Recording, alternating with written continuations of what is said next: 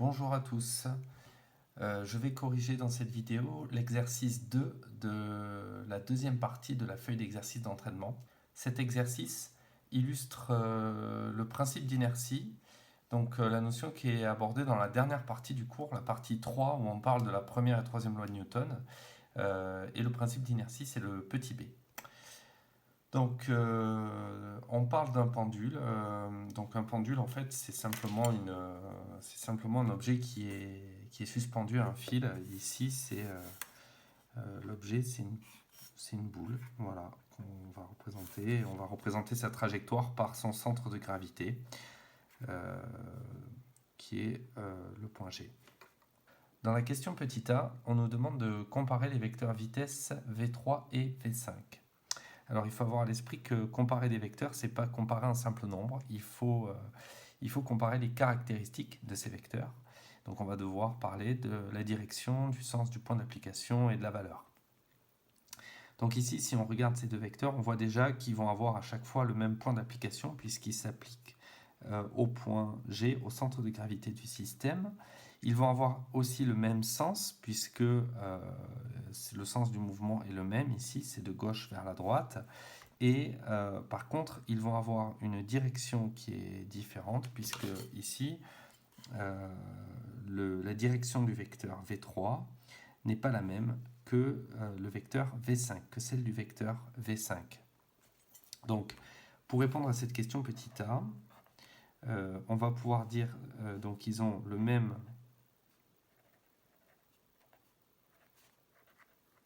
point d'application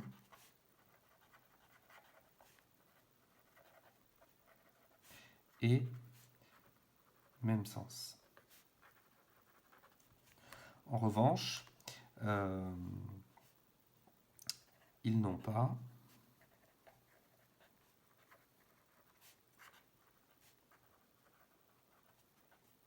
la même direction déjà. Et ils n'ont pas non plus la même valeur. Pourquoi ? Parce que tout simplement, ils n'ont pas la même longueur. Ici, je vois que j'ai un vecteur qui fait 4,2 cm à ma règle, et ici, il fait 4,7.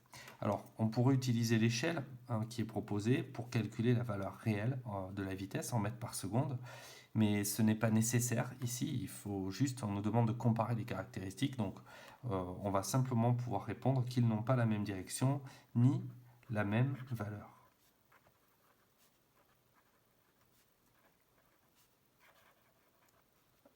Voilà, donc ça c'était pour la question petit a. Question petit b, que peut-on en déduire sur la somme vectorielle des forces qui s'exercent sur la boule du pendule dans le référentiel terrestre entre les positions G1 et G7 ? Alors dans cette question, on va devoir utiliser justement le principe d'inertie. Donc pour bien vous expliquer comment on va pouvoir rédiger la réponse à cette question, on va déjà réécrire le principe d'inertie. Donc qui dit que si la somme des forces extérieures qui s'appliquent à un système se compense, donc se compense, ça veut dire que la somme des vecteurs est nulle, alors le vecteur vitesse du centre d'inertie du système est constant. Donc dire que le vecteur vitesse du centre d'inertie est constant, ça revient à dire que le mouvement du système est rectiligne uniforme ou qu'il est au repos. Voilà. Alors pour comprendre comment on va utiliser ce principe, je vous propose qu'on pose en fait deux conditions. Ici, enfin, on va nommer cette condition, on va l'appeler la condition A, et celle-ci, on va l'appeler la condition B. Le principe d'inertie, il dit que si la condition A est vraie, alors la condition B est vraie.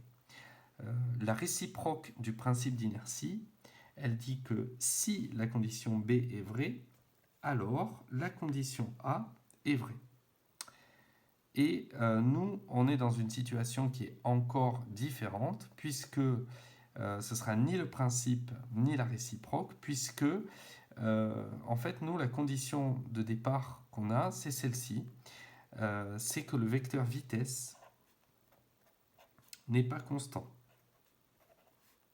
Alors, pourquoi il n'est pas constant? Parce qu'on a répondu dans la question A que les vecteurs n'avaient pas la même direction ni la même valeur. Donc ça veut dire que ce vecteur vitesse a varié entre les points 3 et 5. Et donc le fait que le vecteur vitesse ne soit pas constant, on peut l'écrire comme étant la condition B n'est pas vérifiée. Et à partir de ce moment-là, on va dire qu'on utilise la contraposée. Et ici, c'est même la réciproque de la contraposée, puisqu'on part de B. Et le fait que B ne soit pas vérifié, ça va impliquer que A ne l'est pas non plus. Donc là, on va pouvoir écrire que d'après la réciproque de la contraposée du principe d'inertie,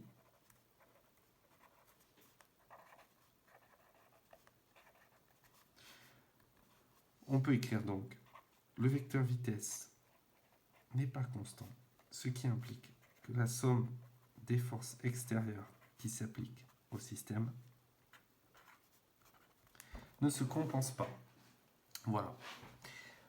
Ensuite, question petit c, faire le bilan des forces qui s'exercent dans le référentiel terrestre sur la boule du pendule entre ces instants, et on néglige les forces exercées par l'air. Donc ici, on va avoir le poids, bien sûr, dès qu'on est sur Terre, de toute façon, on a toujours le poids, qu'on note P, et on va avoir aussi la tension du fil, qu'on note T. Voilà. Question petit e. Question petit d. Les représenter sans souci d'échelle au point G1. Donc au point G1, si je refais le petit schéma qui était là-bas, on a à peu près le pendule dans cette position. Donc sans souci d'échelle, ça veut dire que je fais la longueur que je veux, mais il faut quand même que je respecte la direction, le sens et le point d'application. Donc ici, je vais avoir le poids qui est dirigé vers le bas et verticalement. Et ici, la tension. Alors, point d'application, c'est bien un point d'attache ici. La tension du fil qui est dirigée selon le fil et vers le haut. Donc ça, c'est au point G1. Et dans la dernière question, question petit e, on nous demande indiquer la position du centre de gravité du pendule pour laquelle ces forces se compensent. Donc ici, on voit que les forces ne se compensent pas, parce que si je représente la somme vectorielle, donc P plus T, c'est ça la somme des forces extérieures. Donc P est comme ceci, T est à peu près comme ça. Et donc, je ne suis pas revenu au point de départ. Si je suis le chemin de ces deux vecteurs, j'arrive à un endroit qui est différent de mon point de départ. Ce qui veut dire ici que la somme des forces ne se compense pas.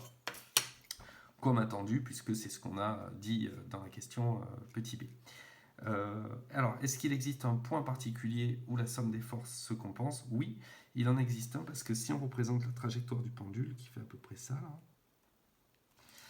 là, pour que ces forces se compensent, il faut qu'elles aient la même direction. Et le seul endroit où les forces auront la même direction, c'est le point où le pendule est le plus bas, c'est-à-dire son point d'équilibre. Car à cet endroit, si je représente les forces, on aura bien toujours le poids qui est vertical